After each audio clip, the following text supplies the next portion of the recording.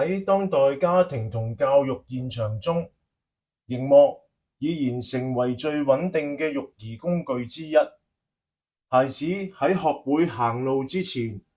已學會滑動螢幕；喺尚未具備語言組織能力時，已能流暢切換平台同應用程式。佢哋嘅童年唔再建構於泥土、遊戲同真實人際嘅摩擦中，而係透過虛擬界面同即時反饋編碼而成。咁樣嘅成長軌跡帶來嘅唔只係方便同熟練，更潛藏着深遠嘅身心靈結構重塑。喺生理層面，長時間嘅螢幕注視同缺乏自然感官刺激，可能導致視覺過度集中、睡眠障礙同自我調節能力退化。喺心理層面，過度依賴螢幕提供嘅快感同及時回應，會削弱耐性、焦慮容忍力，並影響深度思維同延遲滿足嘅能力。而喺靈性層面，最深嘅問題並唔係科技本身，而係孩子嘅靈魂起步點已唔再面向世界同其他人，而係向住螢幕內嘅迴圈結構沉落。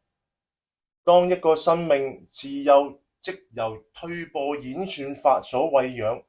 佢將習慣於被動選擇、即時滿足、影像替代現實嘅世界觀。久而久之，佢唔再傾聽沉默，亦唔再追問真理。呢種早熟嘅資訊理解力，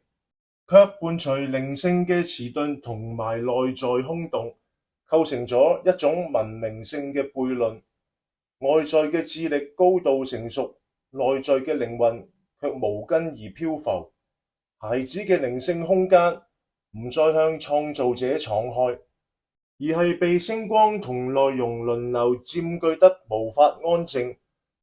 佢哋看似懂得很多，但佢哋可能從未真正遇見過自己。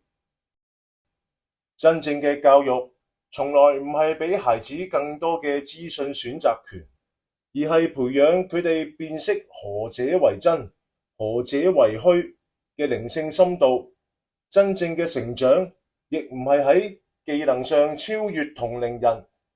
而係能否喺人群喧囂之外，學識安靜地面對造物主與自身生命嘅起點。